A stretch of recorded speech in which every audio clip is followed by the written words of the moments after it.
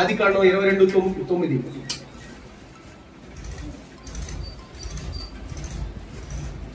అలాగు వారిద్దరు కూడి వెళ్ళి దేవుడు అతనితో చెప్పిన ఆ చోటికి వెళ్ళి వచ్చినప్పుడు అబ్రహాము అక్కడ బలిపీఠము కట్టి కట్టెలు చక్కగా పేర్చి తన కుమారుడగు ఇస్సాకును బంధించి ఆ పీఠము పైనున్న కట్టెల మీద ఉంచెను.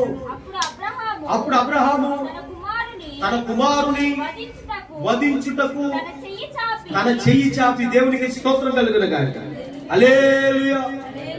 ఇక్కడ ఒక బలిపీఠం. కొత్త ఎన్ని బలిపీఠాలండి? ఎన్ని బలిపీఠాలు? ఈ 4 బలిపీఠాల్లో అబ్రహాము ఏదైనా మేలు పొందుకున్నాడా?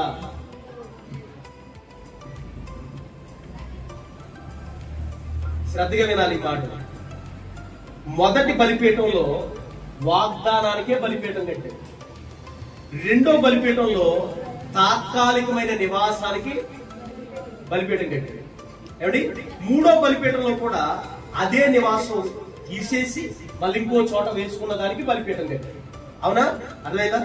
ఇప్పుడు ఈ 3 బలిపీఠాల్లో కూడా గుర్తుపెట్టుకోవాలి, ఈ 3 బలిపీఠాల్లో కూడా అతడు బలి అర్పించిన బలి పశువు ఏదైతే ఉన్నదో అది ఏ పక్షో జంతువో మోగజీవం ఏదో అయ్యింది, అంతే కదా. కానీ 4వ బలిపీఠములో తన కుమారుణ్ణి బలిగా అర్పించింది. హల్లెలూయా, హల్లెలూయా.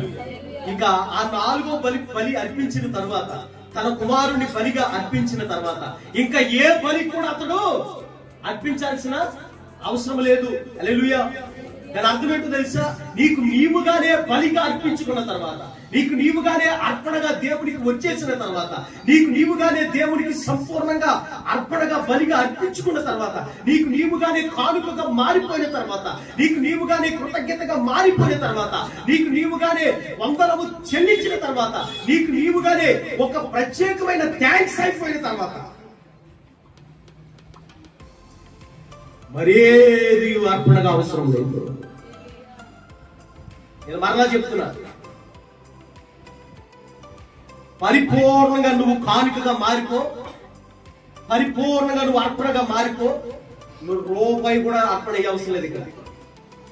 ఆమె అనొచ్చుగా.